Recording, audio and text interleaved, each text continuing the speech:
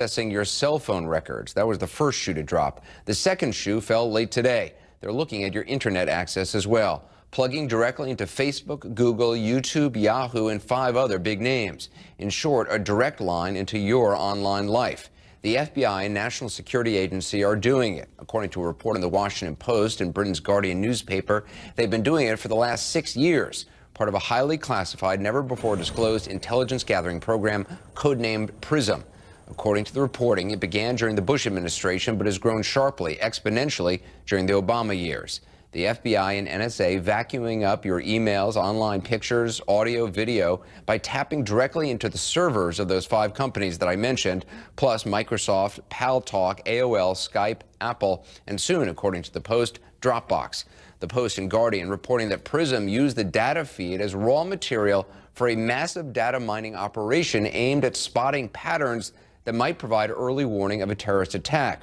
And as we said, it comes hard on the heels of the revelation in the Guardian newspaper and elsewhere that must be giving any one of the tens of millions of Americans who use a Verizon cell phone a chill. Word that the FBI and NSA asked for and got a secret court order giving them access to phone records for all Verizon cell phone calls, foreign, domestic, and local. Not the conversations themselves, just everything else that's identifiable. White House officials neither confirming nor denying the story, but they are defending the practice of data collection for national security purposes. And again, both these programs have their roots in the prior administrations, but have grown immensely since then, leading the Huffington Post today to run a composite photo under the headline, George W. Obama. It's also turning partisan politics on its head, with a number of Democrats slamming the president and Republicans defending his policy.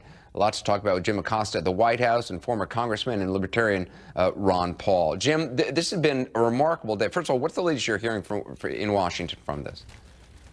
Well, Anderson, I can tell you right now that White House officials are simply not commenting, and congressional officials who have oversight over these matters, they're not commenting about these latest revelations broken this afternoon in the Washington Post and Guardian newspapers. But we can tell you, Anderson, you've been talking just over the last couple of minutes about these, I guess, revelations that have come out in these stories that the government has been using the servers at about 9 internet companies, technology companies out in the Silicon Valley to look at what people have been doing online. But I have to tell you, Anderson, in the last hour or so, we've gotten a number of statements from some of those companies in question. You mentioned Google, you mentioned Apple. Well, we have a statement from Apple saying that they've never heard of this program called PRISM. They say they do not provide any government agency with direct access to their servers. Google put out a statement saying that from time to time they do disclose data to the government in accordance with the law, they say, but they do not have a backdoor, as they call it, into their servers for the government to use. So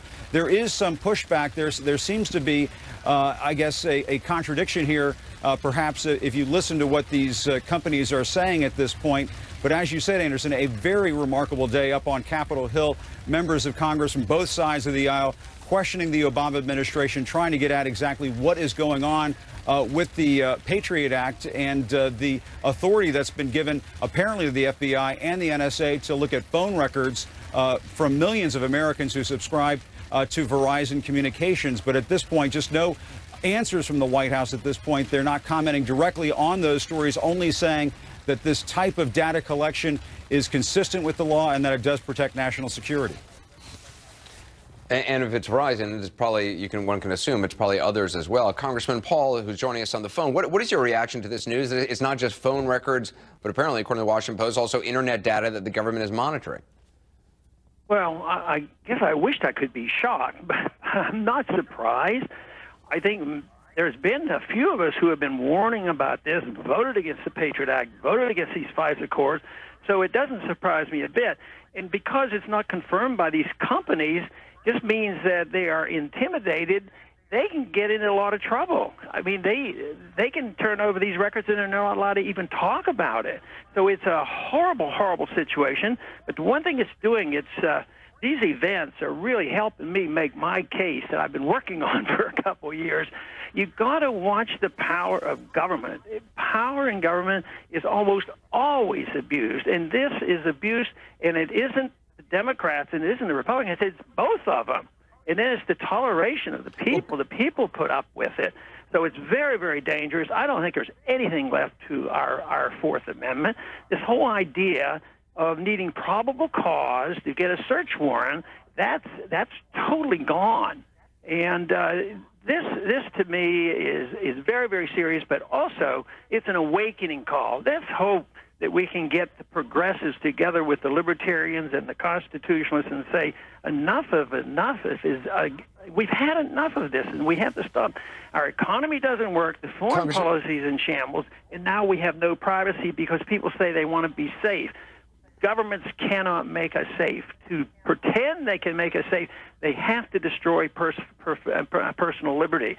Or they can make an attempt. They can make us safe if they turn us into cattle in a cage or something, you know. But this is, Congressman, this is devastating. So I'm not let me ask you surprised at what's happening.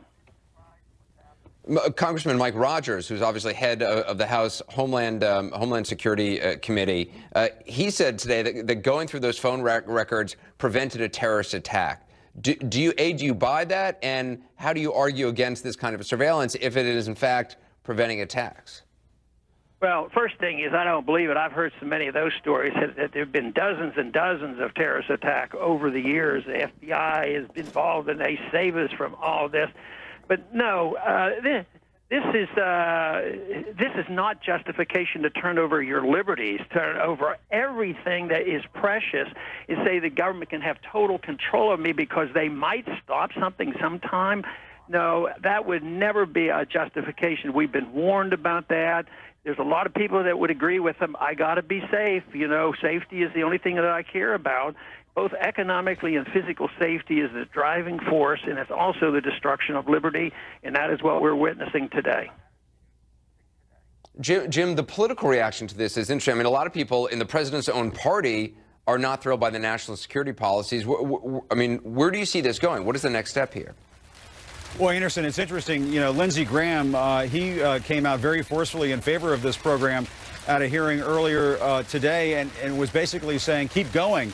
President Obama, keep going, Obama administration. I like this program, and there are many of us like that. But he was commenting, Anderson, about phone records, the collection of phone records. And now what we have is sort of an apparent bundling of government surveillance data, not just your phone, but also perhaps your internet.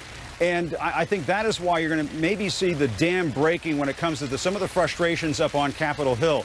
We heard from Barbara Mikulski, a liberal Democrat from Maryland, who is the chair of the Appropriations Committee, telling Eric Holder at a hearing, hey, wait a minute, we're a little sick and tired of this idea that only the people on the intelligence committees are briefed on this. Perhaps other members of Congress should be briefed on this because, Anderson, they're being blindsided by all of this right now. Not only do they have people calling them saying, hey, wait a minute, my phone records are being collected by the government. Tomorrow, they're going to be hearing from Americans all over the country who are worried about when they're online, what videos they're looking at, what websites they're looking at. Is that being collected as well? Yeah, Jim Acosta, appreciate it. Congressman Ron Paul, appreciate you calling in as well. I think I said Rogers on the House Intelligence Committee. I think I misspoke there before. Again, reaction on both sides of this story really defies partisan politics. Let's talk about it now. Joining us tonight.